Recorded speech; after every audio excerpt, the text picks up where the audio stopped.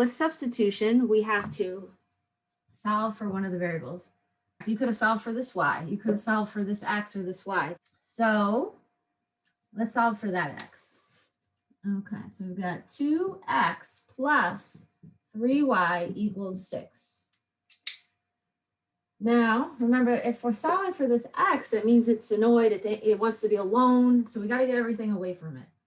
It wants to be isolated and quarantined. Maybe it has COVID. So it's like, all right, get away from me, everybody. We got rid of 3y, and now we have 2x equals 3y plus 6. Last step is to divide both sides by 2.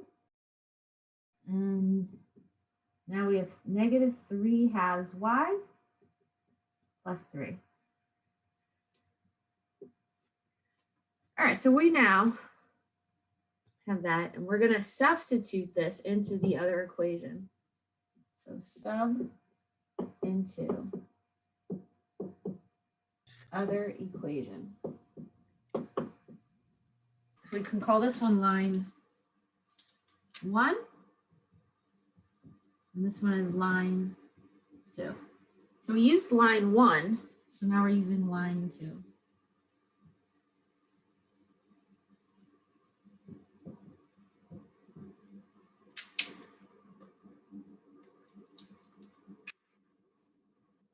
It says 5 times x. I'm not going to write x though. I'm going to really write what x is equal to. Okay, now I'm substituting in negative 3 halves y plus 3.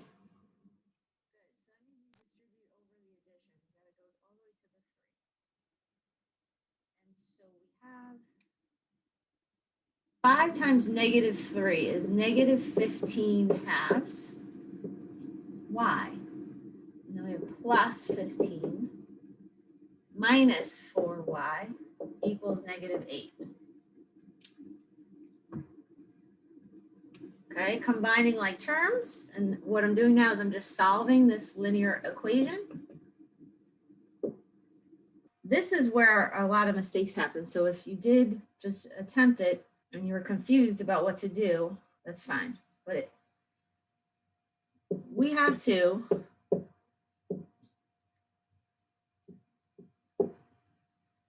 basically have to combine those two numbers, right? So how can we do it? Oh, wait, I didn't mean to cross that out. This becomes negative 23.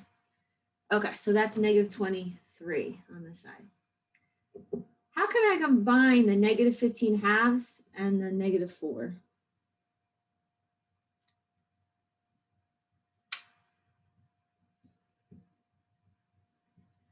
What is 4 equivalent to as halves? How can I rewrite 4 as halves? 4 over 1. Well, that's 4 ones. But so say you have $4 bills. That's going to be $4. But how can you get $4 as 50 cents? How many 50 cents? Remember those old 50, you can get a 50-cent coin. How many 50-cent coins would we need to get to $4? 8. You need 8 of them, right? 8 50 cents is equal to $4. So 8 halves is equivalent to 4. And how can we get that? By looking at this?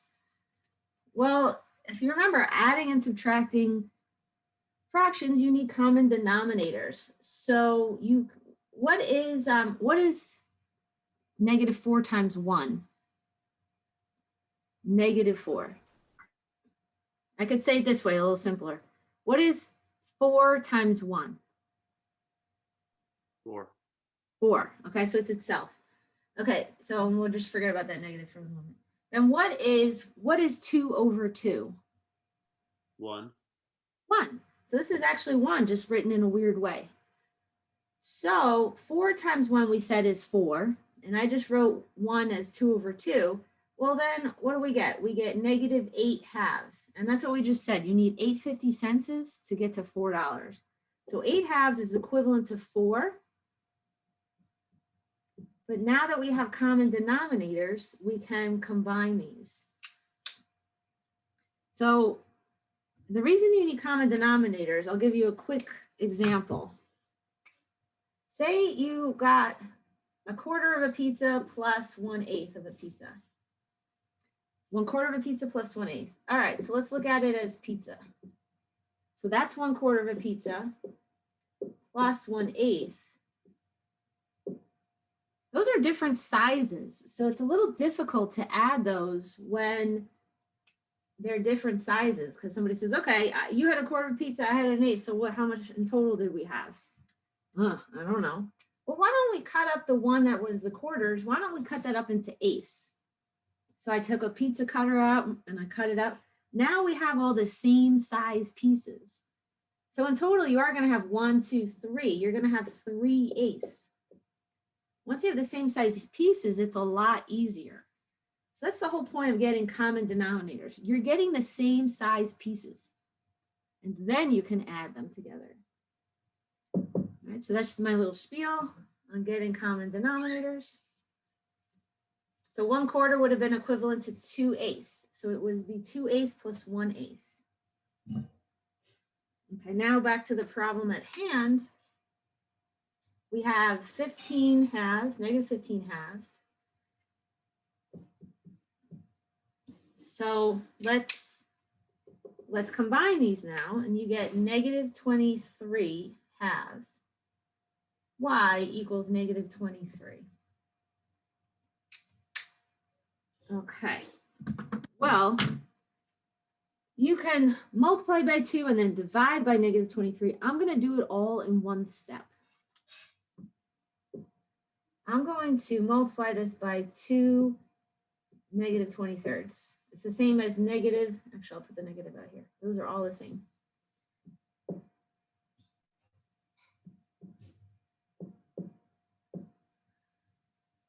Okay. So those 2's divide out. Now those 23's and the negative negative. So we get y equals 23, 23 and the positive negative negative. So you end up getting y equals 2. Okay, that's good news because we just solved the same problem. We solved it with addition/elimination. We got 0, 2 as our solution.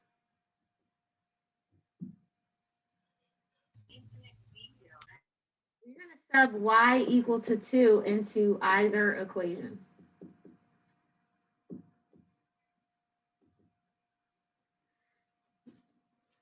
So let's see. If you sub 2 into that one, you get 2x plus 6 equals 6. And then you subtract 6 from both sides.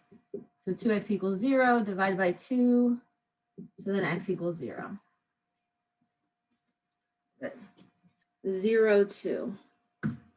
Now let's solve that by graphing.